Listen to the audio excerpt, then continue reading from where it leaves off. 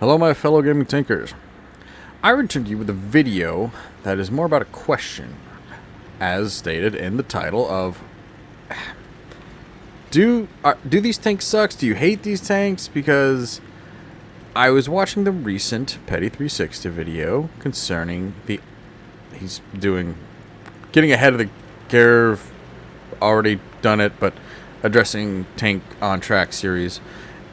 And the most recent one, well, a recent one was featuring the Moderna, which is part of the Romanian, Polish, Yugoslav, the smaller Warsaw Pact nations, Soviet allies, I think. And he brought up a subject that I'm familiar with him, and his criticisms and lack of appreciation of the Era 2 TR-580 and the TR-85.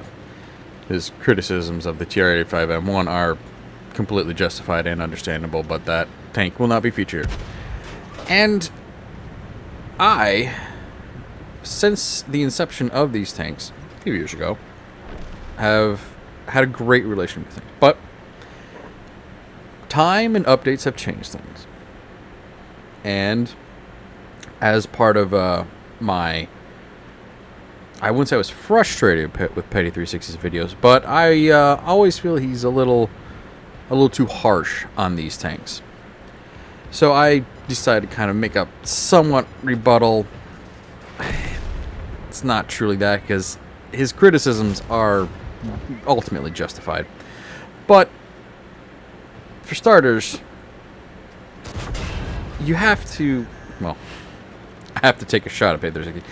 Can we really take his criticism without a grain of salt, considering the fact that, as last I checked, he still doesn't have the T-70BU? You know, the gold standard of Soviet-esque line, Soviet anything, Russian anything line in Cold War? I think not. Because ultimately, a real question is the TR-580 better than the T-62? That's a good question that he should try answering someday. 115 versus 100 millimeters. But I digress. Now, the thing is, if you do start with the more obvious tank line, again, the T-70BU, very quickly, you will come across the T-54, which, if you also have the premium T-55A or the Tehran-4, which is a T-54. Listen, once you have those tanks, you're literally getting the backbone for a whole plethora of nations' tanks. Because the T-54 and T-55 are really, truly the bread and butter of Cold War tanks. So much so that there is a T-55 variant in every era of the Cold War. In fact, the T-54, in the form of the T-54D, appears in Era 2. So, once you get the T-54, really get good with it, because everything you learn, every mistake you make, and every valuable piece you learn in there is valuable, because so many other tanks will have it, especially where the fuel tank and ammo rack are. Ignore the distressed kitty. He's upset I'm not playing with him. Because that's where you learn to protect your right side at all costs. Because right up front, you have a gas tank. Right behind it, you have an ammo rack. These are the two biggest weaknesses of anything T-54, T-55-ish. So much, though, where you'd be justified and might be getting a little paranoid. And also learning which tanks have, say, 200 millimeters upper plate armor, like the TRs here, versus some of the others, which just have 100 millimeters. Oh my god, 100 meters of upper plate armor, that'd be insane. Now, I feel that is something you can help, but also can't help.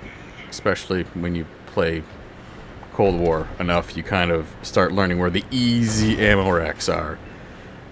And having an ammo rack right on your right side, right behind the fuel tank, is kind of like it's an either lucky hit or it's well aimed. Especially when you can pen said ammo rack through the gas tank with an ATGM. Oh joy. Now, as part of my kind of response to Petty 360, what I did was I have recorded almost an hour of 3 matches each, so a total of 6, of the TR-580 and the TR-85, because I really wanted a good time to ramble. Now, when these tanks first came out, I was madly in love, because prior to these tanks, the only tank line, medium tanks, obviously, in Era 2 that you had with any sort of mobility were the Leopards. Leopard 1s. The problem is, their ammo rack is up front, and they have no armor. Now, the Romanian TRs came in. Suddenly, you had a medium tank, so if you have any contracts, any sort of season challenges or anything that stipulated you needed a medium tank, great, you had more to work with. And 200 millimeters of upper plate armor. And when these tanks first came out, combined with almost those 60 or more kilometers per hour, yeah, when Petty 360 was talking about ramming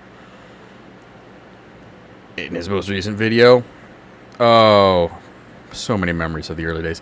Although for him, nowadays, his complaint about the whole constant ramming, yeah, I don't see that a lot on the US server. I think that's a a Russian issue. On this server, we have more issues of sitting on ridge lines, sitting on hills, barely moving away from the base, spawn. That will come up later. But, again, back when these things came out, it was, taking on light tanks was very pleasurable, especially once you start including, say, a certain arming distance, meaning you had to get close, so, yay, 200 millimeters of upper plate, and a, yeah, alright.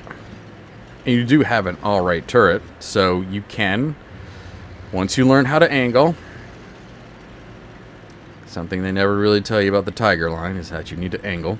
But anyway, once you start getting the angles right, you could bounce it.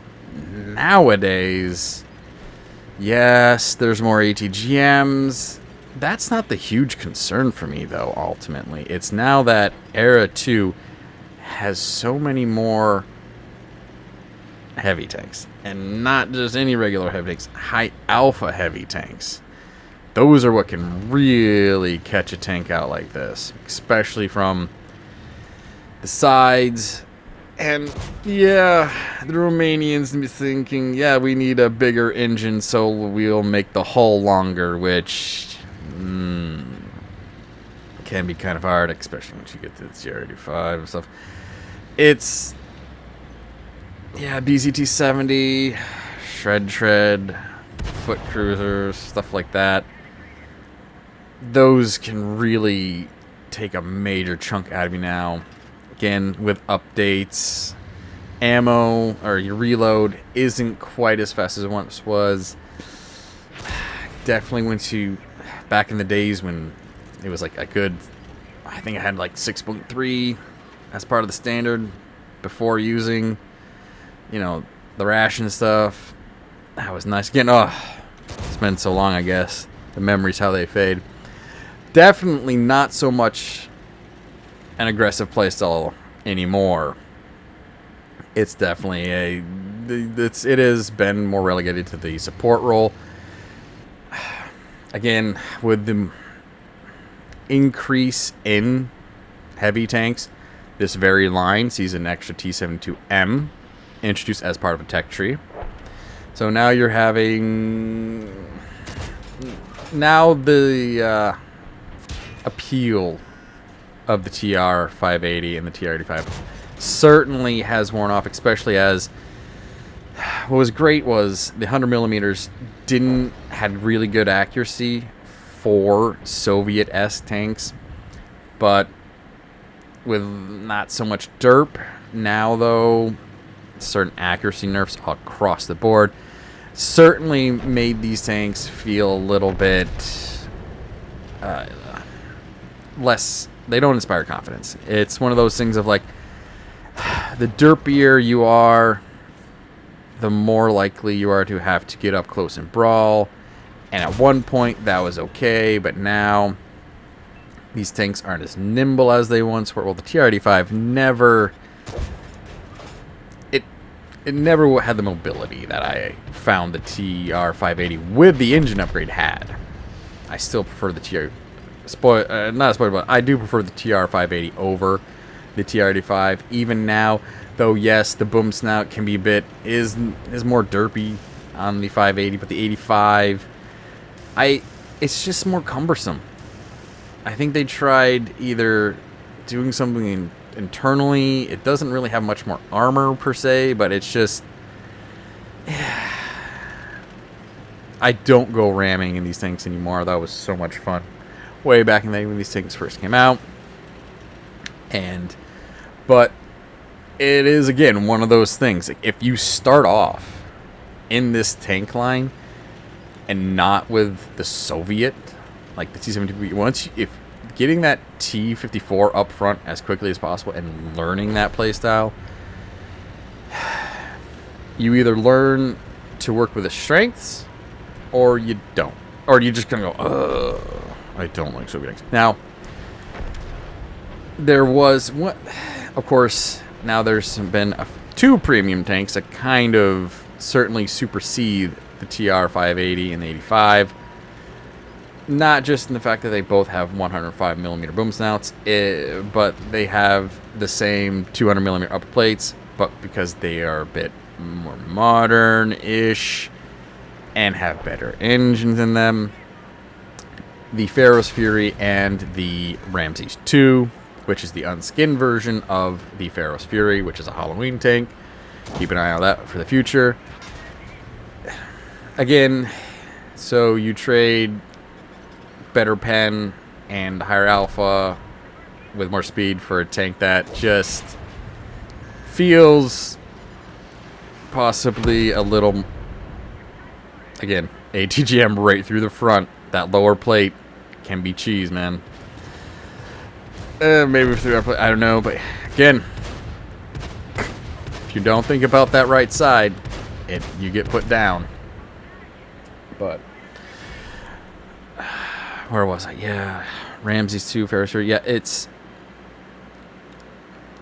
these definitely feel more like tech tree tanks, which really saddened me as time progressed and more tanks, both in tech tree and in premium, came along, and suddenly that 200mm upper plate wasn't quite enough. You had accuracy that meant sniping was sort of off the table, which meant you had to kind of find a pack, find a bigger brother, work with that. And speaking of, as I mentioned earlier, there's going to be some spawn sniping in the future. Well, what better place to do that than Serene Crows? So, comment your annoyance with the fact that I'm about to just spawn snipe, or at least attempt to, because I can. Yeah, certainly, I know this is an old argument, but getting some more appropriate Cold War type maps would be beneficial.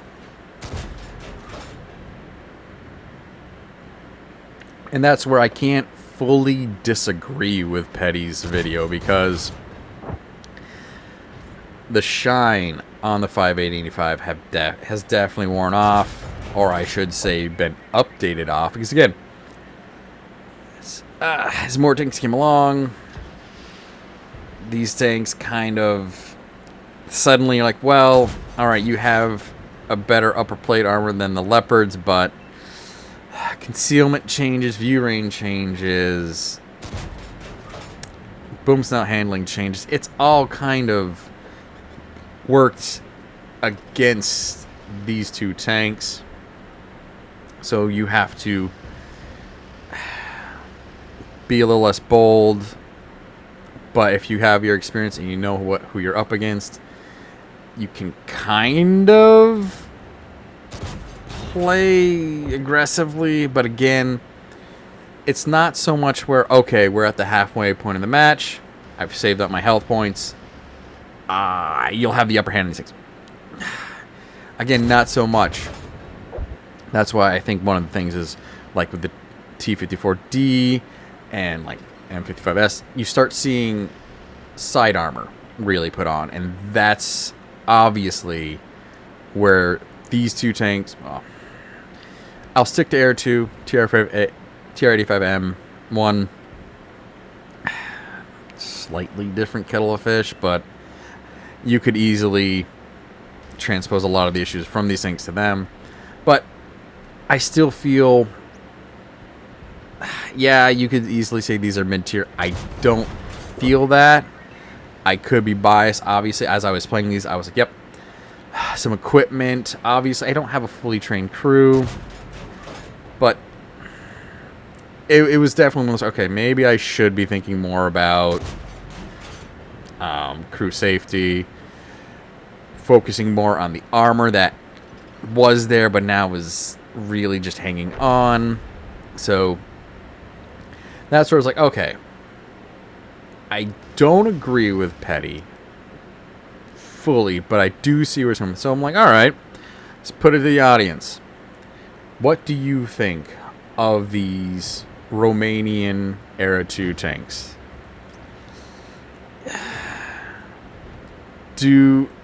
If they need some buffs, where should they get their buffs? Again, one of the hallmarks of any T-55 is great hull traverse, mediocre traverse.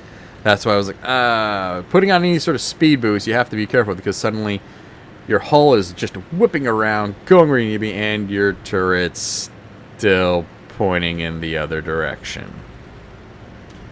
That is something that some T-55 struggle with, and other ones, maybe like the Dragula, kind of doesn't have to struggle with so much. So I'm always hesitant to boost the speed on these things. It's like, oh no, oh, I can't quite keep up with myself. That's always a great feeling. It's like, oh man, it's always great when your legs are moving faster than your head. But they're not horrible. At least I don't think. And in this one of those situations, I don't think I'm wrong. Obviously, I'm playing them well enough to be where, like, okay, you know, 6 matches in a row, the gameplay's not crap, we can kind of work here. And I always have to remind myself that, yes, as much as I would love any of these Soviet things, whether they have 4 degrees, 6 degrees, 5 degrees of gun depression, but boom, not depression. Sorry, YouTube. If I were to ask for flatter maps, that doesn't necessarily give tanks like these an advantage anymore, per se. Especially when we're talking about multi-weapon system, ATGMs. It can certainly come back to bite me in all over my tanks. So I know I'm coming off as like, oh, I should be trying to sing the praises, but with some tech tree tanks, you kind of got to go, Wargaming, you done my babies dirty, all right? I miss the days when I could be more aggressive, didn't have to worry so much about my size, but now we have on-the-fly multi-weapon system swaps. We have, thankfully, for the most part, the high alpha heavies are all premiums, 2 of which probably won't ever be available again, but they still appear. And obviously, oh, BZT-70. Now, I know that is big and slow, yes, but when it can almost take half your health points, and if they're not alone, suddenly it's like, yep, half my health points and I'm tracked. Or half my health points and I'm tracked, and my MRX damage. How long is that? What's that reload BCT-70? 12 seconds, give or take. And now we're talking about a well-armored, decently health tank with a decent health pool, and it's like, oh, you suddenly go, 100 millimeters. Booms out. Sure do wish this was more appropriate 115, well, 100 mils are absolutely appropriate for Soviet tanks, but it's more like, oh man, 115 wouldn't be too bad right now. But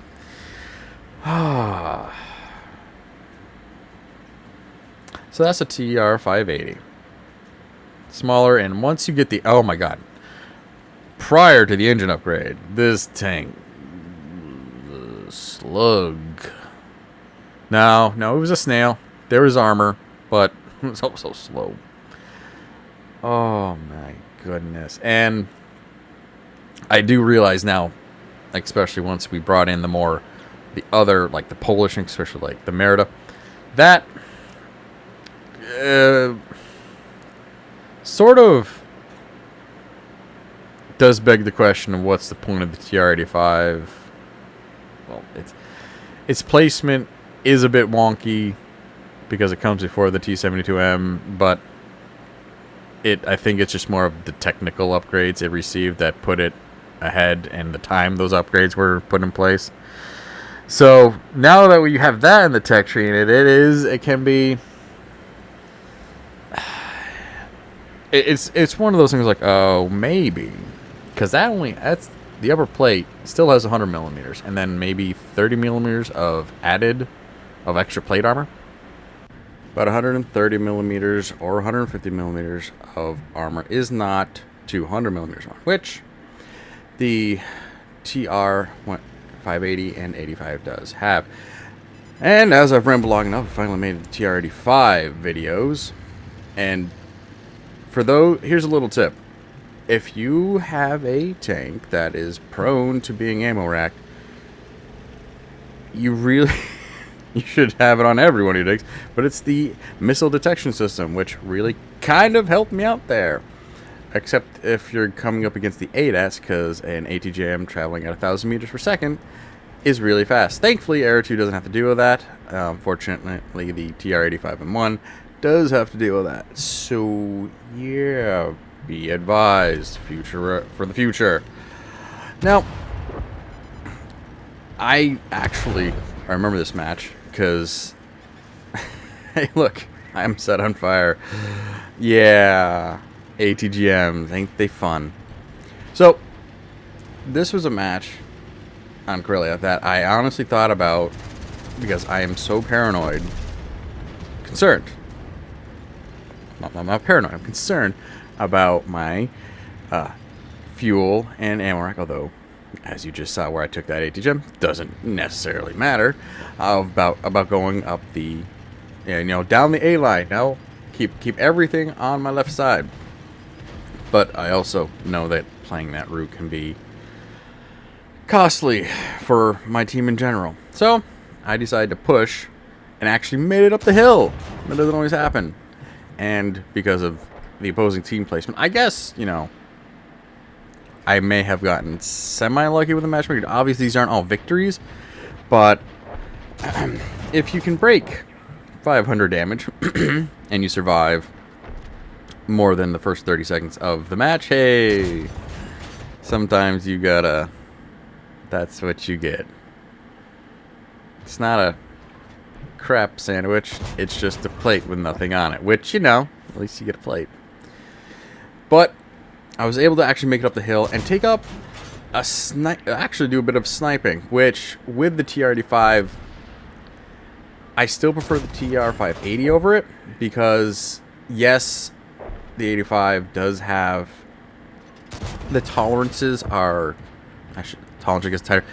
Things are a little bit more refined, slightly better accuracy, little things like that, once you play two different tanks in a line, it's kind of like, there's, especially when the hull and turret and the booms now doesn't really change. It's like, okay, so they may have put a different in the real world, they may have put a slightly different firing computer in, made a few modifications, refined engine and stuff, so it small changes once you've gotten past the initial first year of ownership. It's like, all right, our next production line, we need to have these changes.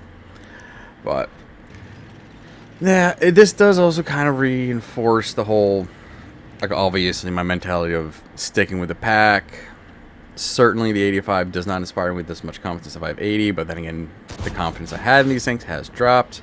I swear to God, I'll keep this rambling going. If you have actually stuck with this rant and rambling, thank you so much. Like and subscribe. I know I've said everything I need to say in the first 5 minutes anyways, but damn it, I'm being crazy. So the TR-85, I've taken the hill. Obviously, things are now progressing. The downside to getting the blinders on and spending a little too much time, whether I was being successful or not, of, you know, sniping, supporting cover as my team moved into the enemy zone, was, not realizing that our base was being captured soon enough. Thankfully, another of my teammates does respond. However, it doesn't seem to be enough. Especially once I hit the hill here. Oh boy, captures are going to be something once I do fear terrain resistances, or everyone's demand for real world terrain resistance comes into play, which even now, yes. Would I say the 580 would have made it up this hill faster than the 85? Maybe. No promises, but I tried. And for the record, this is the proper way to capture. When your team is going to lose and the opposing team is overcommitted to one side, yes, this is how you snatch victory from the jaws of defeat. Good on them. Honestly, maybe if I was in, you know, a Leopard 1A3, 1A5, could I have gone up that hill faster? Maybe. But I still consider this alright. It does what it says. And it worked. Now on to, well, I can tolerate Corellia, Fisherman's Bay, almost on par with Serene Coast. It's just too damn small for Era 2 in my opinion, but what do I know? I'm not wargaming. So it's always nice when you can say you have a medium tank that you can play like a heavy, and for a brief period you could with it. Now, not so much. And this is a map with hills, so I was like, all right, I can't play like a heavy anymore. I have to play like a support, not even necessarily a scout. In case you haven't ever, it's like the backup speed. Reverse speed is a bit tolerable, not great, but at least for this encounter I was playing with a semi-smart team and knew to take the town.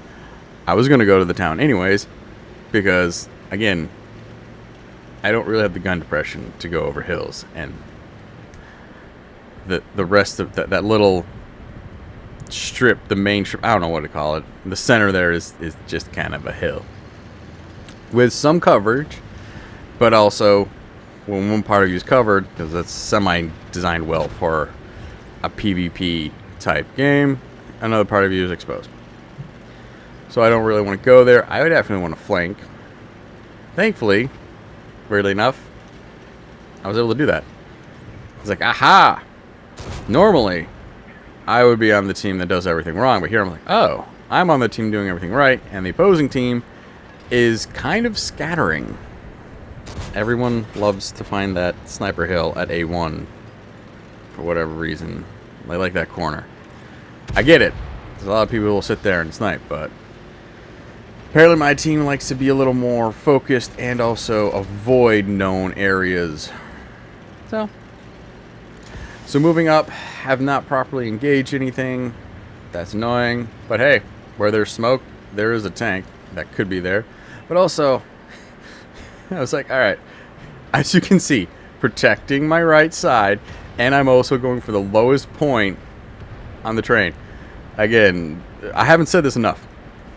Whenever you play Soviet tanks, you sort of start looking, not necessarily ahead, where you might have a possible opponent, where they could be hiding, what's been detected. You start developing you start looking like directly in front of your tank because you need to know where all the little depressions are, because those little depressions can have huge impacts on where your boom snow's aiming. Sometimes it's like, oh, this is a little dip. If I creep up, I should be able to just get over, be hull down.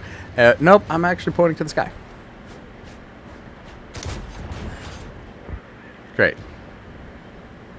I'm more of a threat to the tops of the trees. I can give the trees a haircut.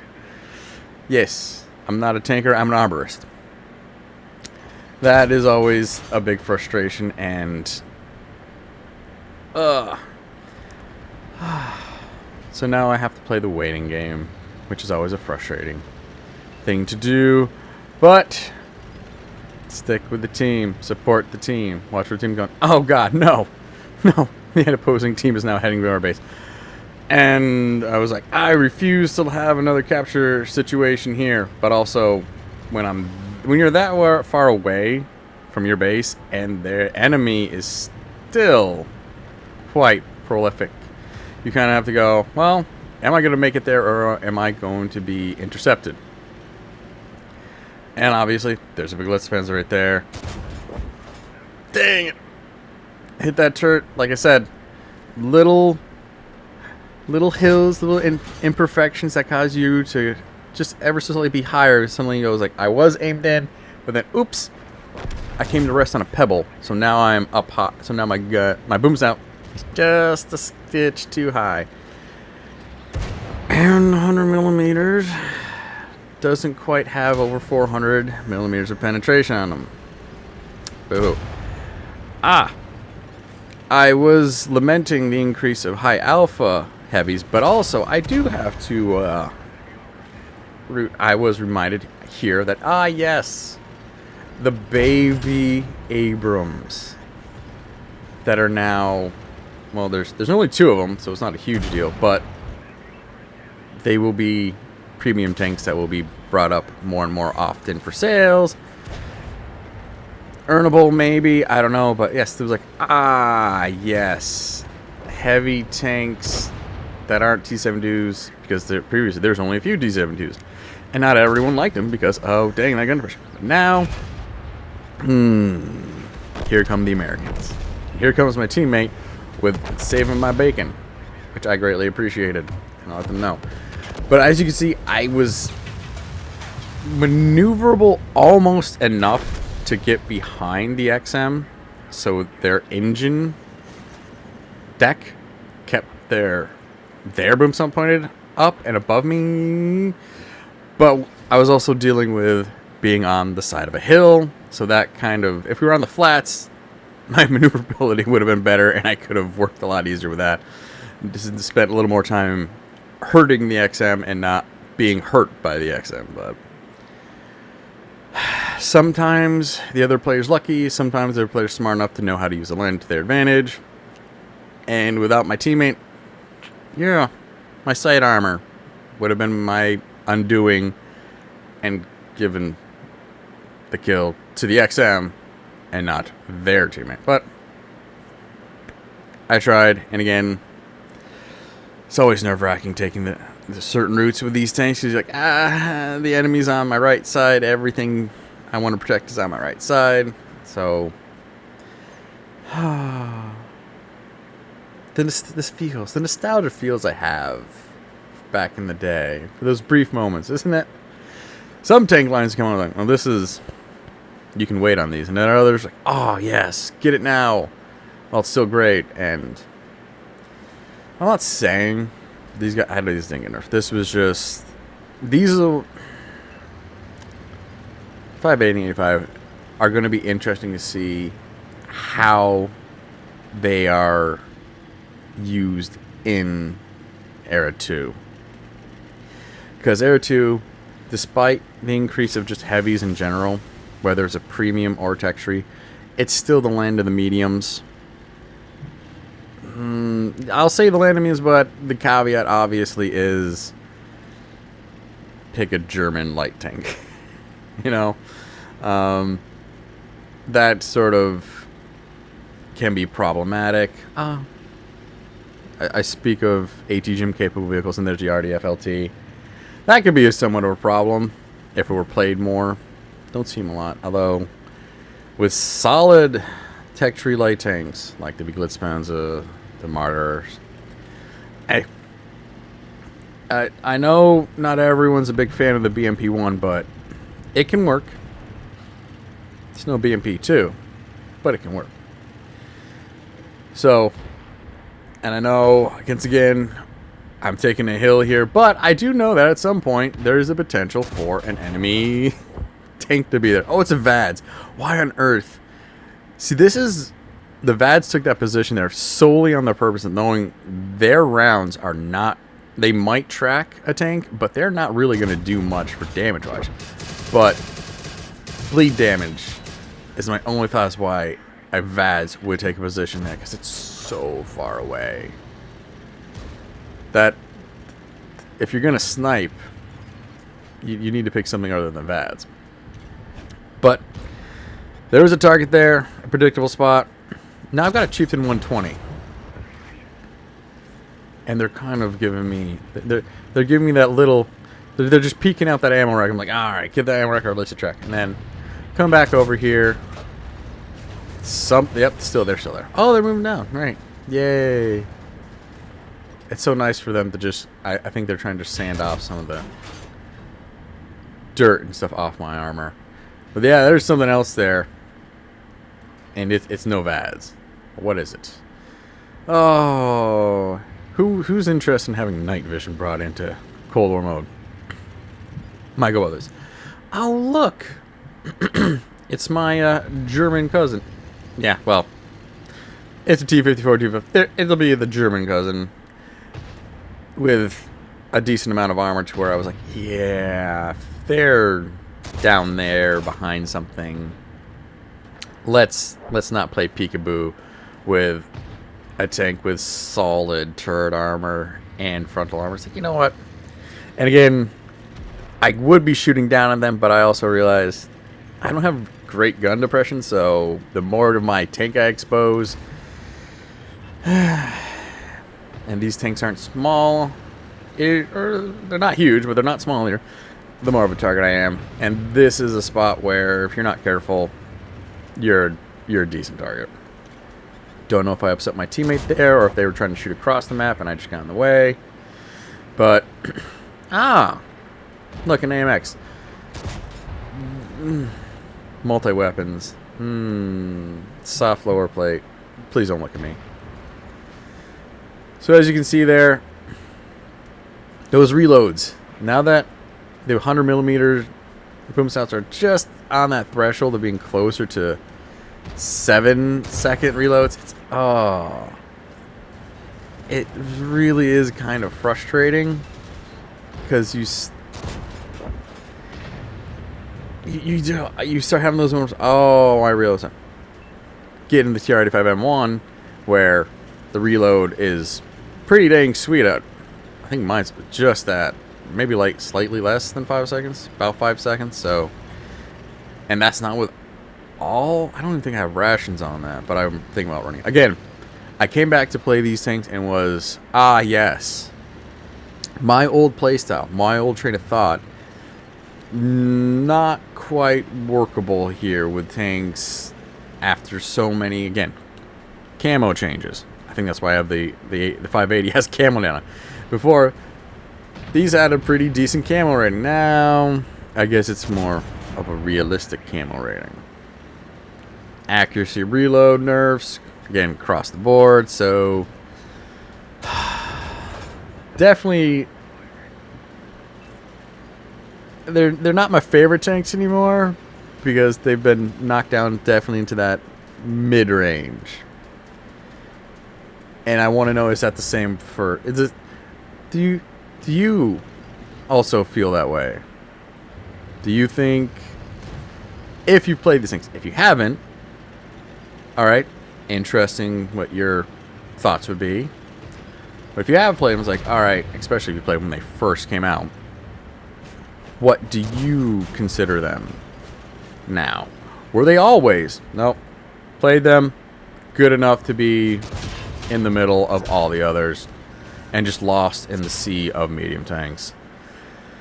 Give me... Good lord. Give me a Chinese medium? What do you think? I don't know. Do you... M60s aren't kind of similar for speed, but again, those turrets are so tall, and having a shallow turret can be advantageous. Or do you want that mobility and... Oh, talk about camo.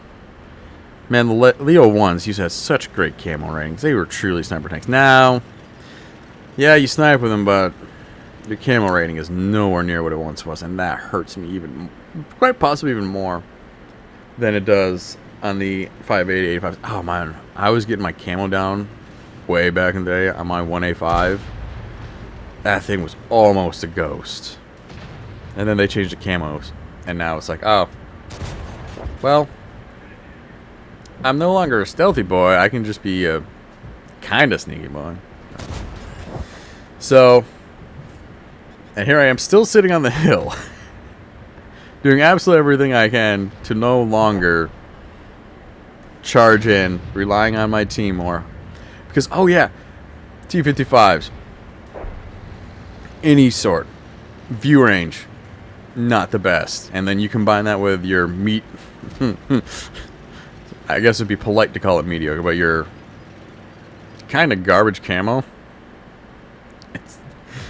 You kind of like, there's another place. You start playing it kind of like a heavy, like, could everyone else detect for me? I can't quite detect for myself.